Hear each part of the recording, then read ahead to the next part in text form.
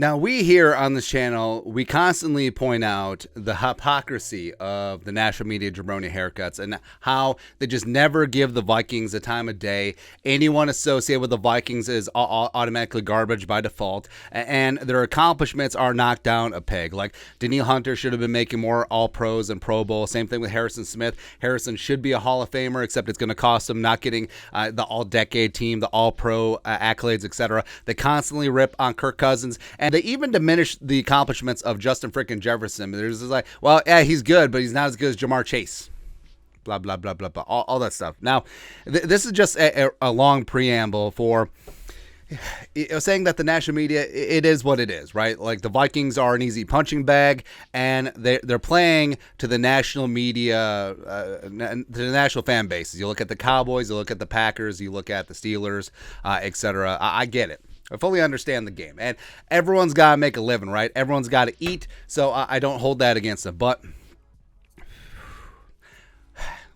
we're really gotten into breathing techniques, just woosah. Also, this Chiron should say WTF SI, not WTF C.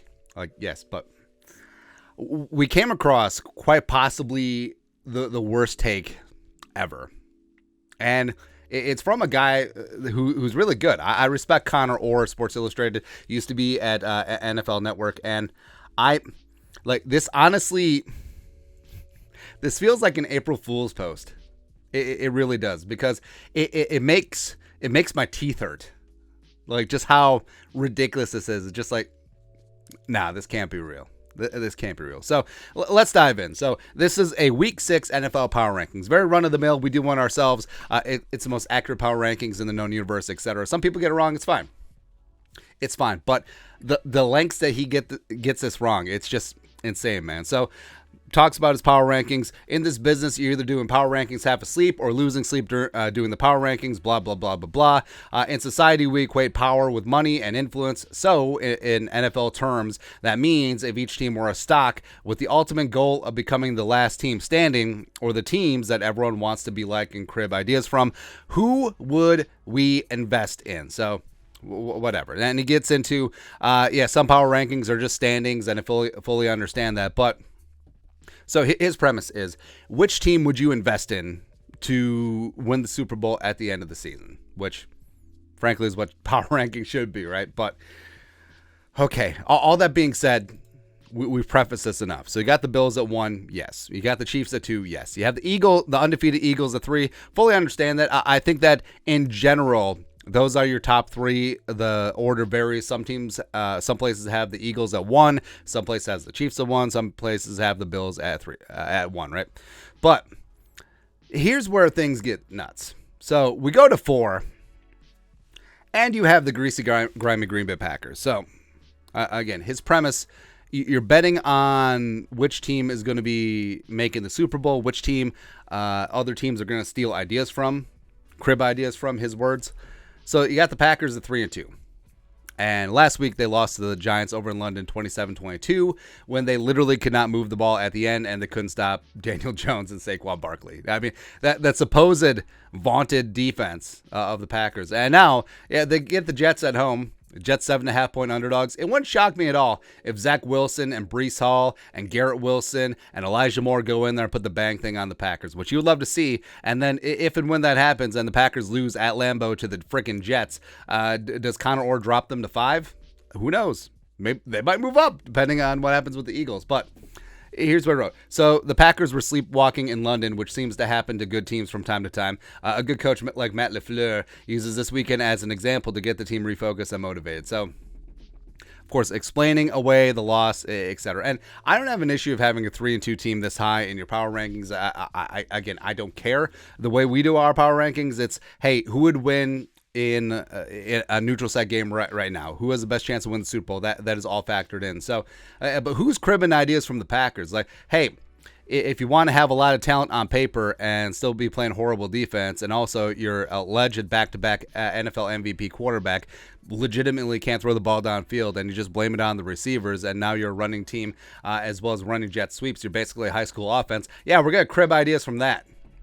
Fantastic. The best coach on your staff is, I'm Rich Bisaccia, the special teams coordinator. Congratulations. It just, really, Like that's what you're going with. Like, bro, you lost to the Giants on a neutral site. I don't care that you traveled. You got the extra time to prepare because you were the home team over there. So, yeah, that's it. You're still up there at 4. My God. Imagine if they would have won. Like, would he have put them above the 5-0 Eagles or the 4-1? Well, they would have been 4-1 too. Or you put them ahead of the Chiefs and the Bills, please. Also, why are the Bucs up there at 5? I mean, the Bucs got some problems, man. That defense is not the defense of old. Tom Brady's obviously has some issues. They have a billion injuries at receiver. Their offensive line is in shambles. But other than that, playoff Lenny is there. That's it. The Ravens at 6, really. Okay, but the most egregious thing, well, Cowboys at 7. Yeah, we'll talk about that one later. Actually, we won't because who cares? But so the most egregious thing, of course, is we're going down in early round. Vikings at 12. Well, first off, the Vikings and the Giants, both 4-1. They're 12 and 13 respectively. Now, the Vikings, what's amazing, new head coach in Kevin O'Connell, new defensive scheme with Ed Donatel for now, and the fact that they're new special teams, by the way, Matt Daniels, and the fact that they're learning to fly, but he ain't got wings. So, I mean, did he even see the Vikings offense and Kevin O'Connell? All of the interesting wrinkles, the double pass, the shovel pass, the flea flicker screen, just all of these interesting wrinkles, all the RPO concepts, the crossers, like everything that's going into this Kevin O'Connell offense. He really did pull out all the stops. He was really flexing on the Bears. And yeah, other teams aren't going to crib from that, huh? No, they aren't. If it was a blind taste test and Andy Reid or Sean McVay was the guy calling the plays for the Vikings, it would just be it would be orgasmo all over the place. But all right, so this is where we're up. So you beat the Bears, sure. The Vikings have the 3rd best play success rate in the NFL behind the Bills and the Chiefs. Is that good? We should stop making fun of every team who hires Sean McVay's friends. It seems to be working. So the write-up actually makes sense, and they're complimenting the Vikings because as they're learning this new Kevin O'Connell offense, they're doing pretty good. They're winning close games, and sure, do you hold it against the Vikings that it was close against the Lions, it was close against the Saints, it was close against the Bears? Guess what? They won all 3 games. They probably would have lost all 3 games in previous years. Plus, it's hard to win a game in the National Football League because also, if you have a close loss, you don't get credit for a close loss, man, but a win is a win is a win. So, I don't know, man. Like, I fully don't understand it. Plus, all this talk about, hey, who has a better chance to win the Super Bowl? Who has a better chance to do this and do that? It's like, do these standings not exist? Do the Vikings not have a 1-game lead on the Packers in division? Also, they're 3-0 in the division. Plus, they already have a leg up in the head-to-head. Like, do we just act like this game didn't happen? Like the absolute bang thing week 1 is like, do we just forget that? Is this memento? Are we Guy Pearce? Like, just like, oh, it's gone. You gone. Be a goldfish. That's right. That's right, Sam. But Usa, it's like, so if you're holding the Viking schedule against them, whatever. But the Packers week 1 got banged by the Vikings. And congratulations for beating the Bears at home Sunday Night Football. They barely outlasted the Bucs down in Tampa, sure, but maybe that's bumped up because you have the frickin' Buccaneers at 5, which they should not be that high, but that's an issue for another day. And then you come back home, and it takes overtime for you to overcome the force of nature that is Bailey Zappi, who got 0 practice reps that week because they were preparing Brian Hoyer. He goes out, Zappi comes in, and it takes overtime for you to beat the Patriots. This is not your dad's Patriots, by the way. It takes overtime for you to just beat them at home. Congratulations. And then you lose to the Giants. And now you're going to lose to the Jets at home. And then you're going to go on the road to Washington. Ron Rivera's going to get fired. And then guess what? Carson Wentz, the rise of Carson Wentz, he's going to come in and put the bang thing on. You're going to lose to Buffalo for sure. You're going to lose at Detroit. I don't know how, but don't care. Dallas is going to come in and beat you. You're going to lose against Tennessee on Thursday night. And then you're going to lose at Philly. And also, you're going to lose at Chicago. So all these prognosticators saying that the Packers' schedule is just it's such a sweet schedule. I mean, look at this golden path, please. But hey, it's okay. That's why they play the games. I don't understand why the Giants are so disrespected, man. Because they're sort of like the Vikings. They're getting it done in interesting ways, but you could see this offense is going to crescendo towards the end of the season. You can see this defense is going to get its ish together. Special teams have already been really good. Not against the Bears, but it's been really good at times. So, again, under his parameters, which teams are other teams going to crib from? Yes, the Vikings. Which teams have a chance to win the Super Bowl? Yes, the Vikings. Or at least the Vikings should not be in 12 at 12. The Bucs should not be at 5. And how the hell are the Packers at 4? Like, I want to know. Like, is this a hostage situation? Like, does he have to put the Packers up there? Blink twice if you're in trouble.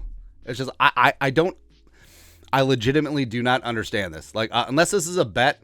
Like, see, I want to take this to the extreme. Like, say the Packers end up 3-14. Like, where do they end up on these power rankings at the end of the year? 9, maybe. It's just freaking ridiculous, man. But like I said, people got to eat. People don't always get it right. But something this egregious in such an esteemed and established publication as Sports Illustrated, I mean, what's even happening? What's even going on? And just taking off my Homer hat, just like. Take the average fan out there who has zero skin in the game with the Vikings, with the Packers, with whatever. How many people actually think that the Packers have a better chance to win this division? Apparently ESPN does. But it's okay. It's okay. If they hate, let them hate. Watch the money pile up. That's what we'll do, man. But your thoughts are thoughts. Sports Illustrated. Let us know your thoughts in the comment section below. Subscribe for daily Vikings takes. Want to support the work? Put a little something in the Venmo. But till next time, Skull Production Value.